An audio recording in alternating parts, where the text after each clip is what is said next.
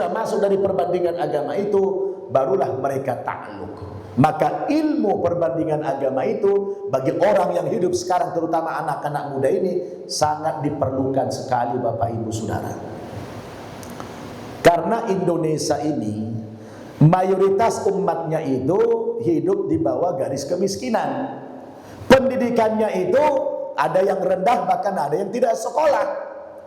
Ini rentan untuk dimurtadkan, rentan didangkalkan akidahnya. Tapi kalau kita berangkat ke luar negeri, negara-negara barat, tanya Pak Didik, lucu. Di barat itu yang terjadi bukan kristenisasi, yang terjadi itu adalah islamisasi. Saya 40 step Pak Didik keliling Amerika, 11 tahun saya dakwah keliling Amerika itu, sampai ke Kanada, kemana-mana saya keliling, ke Eropa. Ini saya bukan cerita, bukan katanya. Saya lihat dengan mata kepala saya punya dokumen, saya bertanggung jawab bahwa hari ini agama yang paling pesat kemundurannya di barat adalah agama Kristen. Orang-orang Kristen di barat itu sekarang memilih menjadi agnostik. Tahu agnostik? Apa itu agnostik? Agnostik itu sudah mengarah kepada ateis. Orang-orang yang ragu kepada Tuhan, ragu kepada agamanya, mereka tinggalkan. Maka tanya Pak Didi, di Chicago itu berapa banyak kita lihat gereja yang dibeli sama orang Islam dijadikan masjid. Bahkan orang Indonesia saja di Amerika sudah punya 5 masjid bekas gereja. Di LA kita punya Masjid At-Thohir bekas gereja. Di Houston, Texas kita punya Masjid Istiqlal bekas gereja. Di kota San Bernardino di California 2,5 jam dari LA itu kita punya masjid bekas gereja namanya At-Taqwa. Di timur gabungan 3 state, Maryland, Virginia, Washington DC, kita beli 3 masjid, gereja dijadikan masjid namanya Imam Center. Di Philadelphia kita punya Masjid Al-Falah. Baru-baru ini kita beli lagi di Toronto di Kanada, gereja dijadikan Masjid Istiqlal. Semua sudah saya kelilingi itu. Dan itu baru komunitas Muslim Indonesia, belum lagi orang-orang dari Middle East, belum lagi dari Pakistan, Bangladesh, India, Turki dan lain sebagainya. Entah berapa ratus gereja yang sudah berubah menjadi masjid. Pernahkah Bapak Ibu lihat ada masjid berubah jadi gereja?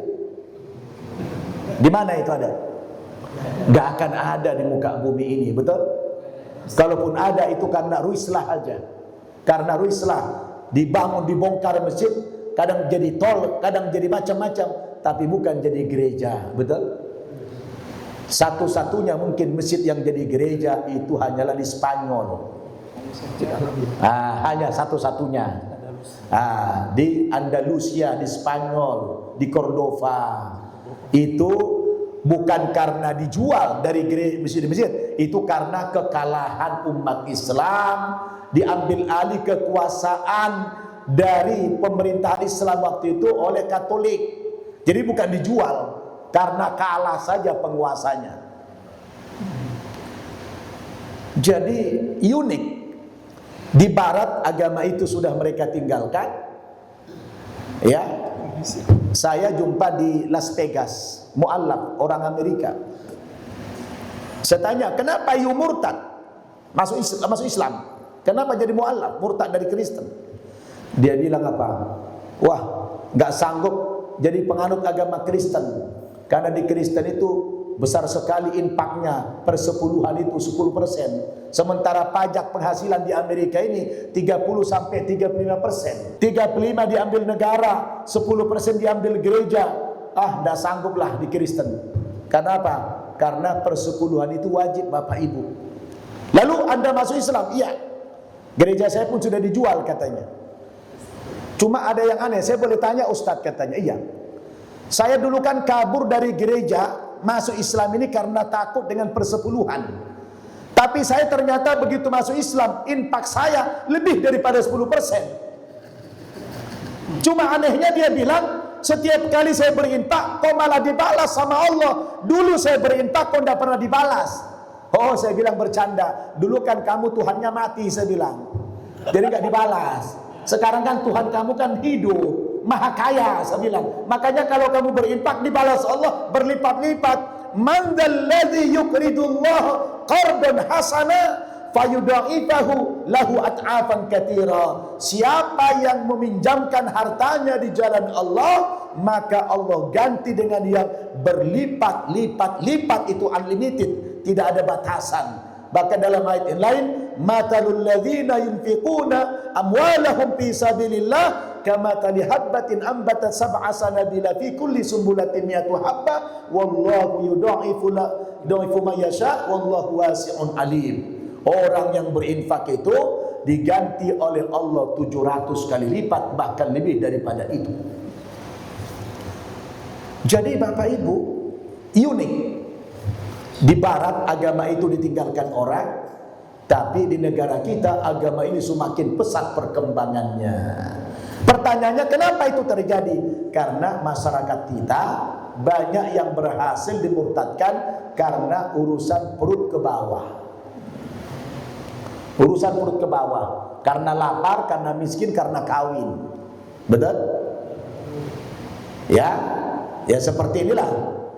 Di kampung itu ternyata, di Holy Land ini ternyata tidak ada penduduk yang beragama Kristen, kecuali hanya satu. Dari data kelurahan, dari 2 kelurahan itu gabungan 2 kelurahan yang saya dapatkan kemarin dari ketua RW-nya, ternyata cuma 1 orang yang beragama Kristen. Semua di sekeliling itu beragama Islam. Loh, ini kok bisa terjadi? Membangun tempat suci di lingkungan kaum muslimin. Ini tentu kenapa? Karena masalah ekonomi, Bapak Ibu. Nah, oleh karena itu kita sebagai umat Islam wajib saling ingat mengingatkan. Fadzakir inna dzikra tanfa'ul mu'minin. Berilah nasihat, berilah peringatan, sesungguhnya peringatan itu sangat berguna kepada orang yang beriman. Jadi Bapak Ibu, saya ketika dulu di awal-awal masuk Islam terkait dengan program pemurtadan atau kristenisasi itu, begitu saya baca Quran, kok ada dalilnya di Quran informasi itu bahwa rencana itu memang ada. Allah mengatakan walan tarda ankal yahudu walan nasara hatta tattabi'a millatahum. Orang-orang Yahudi dan Nasrani itu, kata Allah, belum akan ridha, belum senang kepada umat Islam sampai kamu sudah ikut millah mereka. Millah ini bukan agama, lebih luas daripada agama millah itu. Kalau dikatakan hatta tattabi'a dinahum, itu baru sudah agama. Sampai kamu ikut agamanya, itu sudah berarti tertentu, sudah agama saja. Tapi dalam ayat itu lebih luas daripada agama. Kamu ikuti millah mereka. Millah ini meliputi agama, meliputi cara hidup, cara pandang, cara pikir, cara berekonomi, cara berdagang, cara berumah tangga. Itu kamu ikuti mereka. Maka kata Nabi, latattabi'anna sunana man kana qablakum shibran bi shibrin wa dhira'an bi dhira'in hatta law dakhalu juhra dabbin la dakhaltumu. Qalu al-yahuda wan nasara ya Rasulullah. Qala wa man?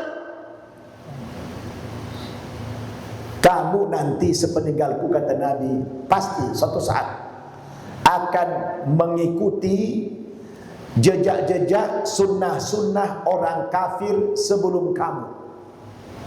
Yang kamu ikuti mereka perlahan-lahan, sejengkal demi sejengkal, semeter demi semeter, sampai kalau mereka masuk ke dalam lubang biawak sekalipun, lubang yang berbahaya, tanpa kamu sadar, kamu ikut terperosok masuk ke dalam lubang itu.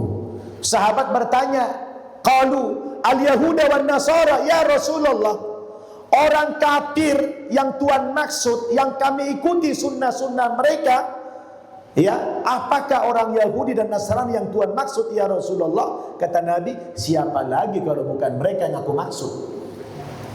Kira-kira sudah terjadi belum Bapak Ibu sekarang itu? Sudah terjadi belum itu? Kita sholatnya cara Islam, tapi berumah tangganya cara Nasrani. Sudah terjadi belum? Sudah terjadi. Jadi Bapak Ibu Saudara, saya baca Quran dengan baca Injil dulu, ternyata apa yang direncanakan itu semua sudah diinformasikan oleh Quran juga. Wadda katsirun min ahlil kitabi law yaruddunakum min ba'di imanikum kuffara hasadan min indi anfusihim. Sebahagian besar orang-orang Yahudi dan Nasrani itu, kata Allah, berusaha untuk memurtadkan kamu dari agamamu. Lihatlah bagaimana penyiksaan demi penyiksaan, genosid yang terjadi di Gaza. Alhamdulillah, saya mengatakan alhamdulillah, walaupun saudara kita di sana menderita, yang sudah meninggal menjadi syuhada, alhamdulillah dengan Gaza ini membangkitkan nurani umat manusia di seluruh dunia. Dengan sebab Gaza ini, agama Islam berkibar di mana-mana di barat. Orang-orang Kristen, orang-orang Yahudi itu bawa spanduk Free Palestine, Free Palestine di mana-mana. Berjuta-juta orang turun ke jalan membela Gaza, membela umat Islam. Alhamdulillah. Ini luar biasa Bapak Ibu. Jadi informasi ini ternyata 15 abad yang lalu sudah Allah sebutkan di dalam Al-Quran. Oleh karena itu, bagi kita mendengarkan kata-kata pemurtadan, kristenisasi itu sejatinya tidak asing di telinga kita, karena Al-Quran sudah menginformasikan itu sejak 15 abad yang lalu kepada kita. Tinggal bagaimana kita mengantisipasinya. Sebab agama mereka itu agama misi. Sebenarnya agama kita juga agama misi. Dua agama ini Pak, sama-sama agama misi. Islam juga agama misi. Apa itu agama misi? Suatu agama yang berusaha memasukkan orang lain ke dalam agamanya. Itulah namanya agama misi. Islam juga agama misi. Kita wajib mengislamkan orang non-muslim. Allah katakan dalam surat Sabah itu, "Wa ma arsalnaka illa kaffatan linnas basyira wa nadhira walakinna aktsarun nasi la ya'lamun." Tidak kami utus engkau Muhammad terkecuali kepada seluruh umat manusia. Jadi Islam ini Pak, agama internasional. Harus semua umat manusia beragama Islam. Maka kita ini ditugaskan berdakwah, dan dakwah itu Bapak Ibu adalah pekerjaan yang paling bergengsi di dalam Islam ini. Dakwah itu pekerjaan yang paling bergengsi. Saya kalau jumpa dengan orang-orang Pakistan di Amerika, saya tanya, "You imigran ke Amerika ini, kalau boleh tahu kerjamu apa di Amerika?" Dia bilang, "Kerja utama saya itu adalah dakwah." Allah Akbar. Mindsetnya sudah terbentuk. Kerja utama saya adalah dakwah. Bukankah Anda kerja di bank? Oh iya, itu adalah kerja untuk menutupi kebutuhan nafkah keluarga saya. Namun kerja utama saya adalah dakwah. Subhanallah. Pernahkah kita punya mindset yang semacam itu? Orang Islam. Jarang orang Islam yang punya pemikiran begitu. Bahwa kita ini, kita harus punya niat. Kita katakan bahwa pekerjaan yang paling bergengsi di muka bumi ini adalah pekerjaan dakwah. Kenapa? Karena dakwah ini pekerjaan para nabi. Siapa yang mengambil alih pekerjaan dakwah ini, dia sama saja mengambil pekerjaan nabi dan rasul. Betul? Para nabi diutus oleh Allah dalam rangka dakwah itu. Bukan untuk mengajari kita bisnis, bukan mengajari kita bercocok tanam. Antum a'lamu bi umuri dunyakum, kata Nabi, kamu lebih tahu tentang urusan duniamu. Aku diutus oleh Allah dalam rangka apa? Berdakwah. Dia berdakwah. Anda apapun profesinya, boleh profesi apa, silakan. Mau jadi dokter, mau jadi polisi, mau jadi dosen, mau jadi pengacara, mau jadi apapun. Tapi niatkan, pekerjaan utama saya adalah dakwah. Kalau kita menjadi sebab ada orang masuk Islam Pak, kata Nabi apa? La ayyahdiyallahu bika rajulan wahida khairul laka minad dunya wa ma fiha. Kalau lewat perantaraanmu ada orang masuk Islam, Anda menjadi sebab orang masuk Islam, maka nilainya itu kata Nabi lebih baik bagimu dari dunia dan segala isinya. Makanya saya semangat Pak. Alhamdulillah ratusan orang masuk Islam lewat perantaraan saya. Saya ajak mereka dengan berbagai macam teknik dakwah. Jadi subhanallah Bapak Ibu Saudara, ini strategi dakwah. Itu yang saya lakukan. Jadi kita lihat situasi. Jangan ceramah-ceramah begini terus. Ada kalanya kita dengan cara bilhal, betul? Karena kata orang Arab itu likulli maqal maqam. Tiap-tiap pembicaraan itu ada tempatnya. Walikulli maqam maqal. Tiap-tiap tempat ada pembicaraannya sendiri-sendiri. Kalau orang itu memang orang miskin, jangan ceramahi dengan begini-begini dia. Tapi dia dengan pendekatan sosial kemanusiaan, alhamdulillah banyak orang tertarik masuk Islam. Tadi kalau tahu saya minta ini pakai slide saya, dokumennya saya pengislaman semua saya bawa di laptop saya itu. Ya, nanti kapan-kapan lah tampilkan. Ya, atau Bapak Ibu boleh lihat langsung di YouTube-nya banyak itu pengislaman itu. Ratusan saya ajak Islam ini, alhamdulillah. Maka ilmu apa yang perlu kita tuntut untuk memantapkan iman kita ke dalam dan mengantisipasi pemurtadan dan sekaligus menjadi alat dakwah kita keluar? Ilmu yang paling relevan itu adalah ilmu perbandingan agama atau ilmu kristologi. Kalau itu sudah Bapak Ibu pelajari, saya kalau debat sama pendeta-pendeta sama orang Kristen tuh Pak, tidak lama-lama, 1 kali 2 kali pertemuan sudah gugur imannya, minta masuk Islam. Justru pengalaman dakwah saya Pak yang sulit mengislamkan orang Islam. Serius, mengislamkan orang Islam itu jauh lebih sulit daripada mengislamkan orang Kristen. Orang Kristen itu enak kita. Kenapa? Allah mengatakan dalam Al-Quran surat Ibrahim ayat 4, wa ma arsalna mir rasulin illa bilisani qaumi. Kami tidak mengutus seorang rasul pun terkecuali setiap rasul itu berdakwah menggunakan bahasa kaumnya. Jadi Nabi itu berdakwah menggunakan bahasa kaum yang dia dakwahi, supaya dakwahnya nyambung, supaya diterima masyarakat.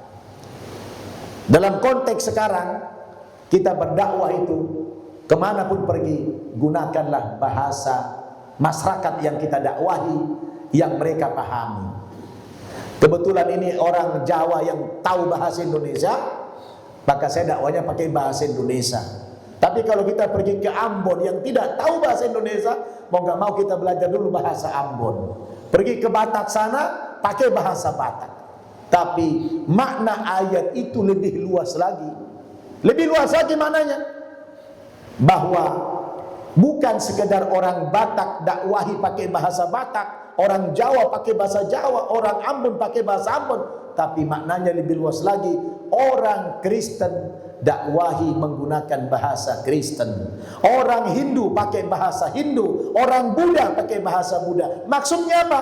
Referensi, dalil yang kita gunakan dakwah kepada mereka sumbernya dari kitab suci mereka, bukan dari kitab suci kita. Itulah artinya menggunakan bahasa dia. Maka kalau saya dakwah pakai bahasa dia, saya tanya itu, lai, mas, ya, agamanya apa? Kristen. Oh iya, dari kapan Kristen? Dari lahirlah Ustaz. Boleh saya bertanya? Boleh. Lai disunat tidak? Oh tidak. Ya, kenapa? Maaf, lai pengikut siapa di Kristen? Ya pengikut Yesus lah. Tapi lai nggak disunat? Ya tidak. Kenapa? Oh enggak, wajib sama kami. Oh, kalau begitu lai tidak baca Injil Lukas pasal 2 ayat 21. Coba lai baca dulu Injil Lukas pasal 2 ayat 21. Apa bunyinya? Iya ya, Yesus umur 8 hari sudah disunat. Saya masuk Islam langsung disunat, saya bilang. Sebenarnya yang praktek sunatnya apa? Kamu atau kami? Iya ya katanya. Jadi yang pengikut Yesus siapa itu? Kamu atau kami? Iya ya, kalian ini katanya. Jadi kita caranya jangan pakai Quran. Lain, makan babi. Iya. Haram? Enggak. Berarti lain tidak pernah baca kitab ya. Jarang-jarang lain. Coba baca ini, kitab Imamat pasal 11 ayat 7. Sini katakan babi hukumnya haram. Coba lagi baca dalam Quran kami surat Al-Maidah ayat 3. Nih ada sebut terjemahan nih. Hurrimat alaikumul maitatu waddamu walahmul khinzir Coba, diharamkan bagi kamu mayit, bangkai, babi. Coba, sama nggak dengan Imam Ahmad 97? Iya ya. Siapa yang tidak makan babi? Ya kalian orang Islam. Yang benar yang mana? Iya ya. Kok ada ya di kitab suci kami ya? Terheran-heran dia, Pak. Tidak tahu dia kalau di kitab suci ada ayat yang mengharamkan babi. Begitulah teknik kita berdakwah kepada mereka. Akhirnya apa? Masuk Islam. Tak lama-lama Inang, kalian Kristen? Iya. Kenapa Inang tidak pakai jilbab? Di agama kami mana ada perintah berjilbab. Di kaliannya itu. Oh berarti Inang tidak baca Alkitab. Coba baca kitab 1 Korintus pasal 10 ini. Jadi dikatakan wanita Kristen yang tidak berjilbab harus dibotaki kepalanya. Lebih sadis ini. Suruh botak rambutnya itu kalau tidak pakai jilbab. Coba Inang baca dalam Al-Quran kami ini, surat Al-Ahzab ayat 29. Ya ayyuhan nabi, qul li azwajika wa banatika wa nisa'il mu'minin yudnina 'alaihinna min jalabibihin. Wahai nabi, katakan kepada istrimu, anak-anakmu perempuan, wanita-wanita muslimah pengikutmu, suruh mereka mengulurkan jilbabnya. Sama enggak ini Inang dengan ini? Siapa yang praktek jilbab itu? Iya ya. Jadi mereka itu ketika kita giring dakwah kepada dia dengan pendekatan kitab suci dia, maka dia akan sadar bahwa dia berada pada posisi yang salah.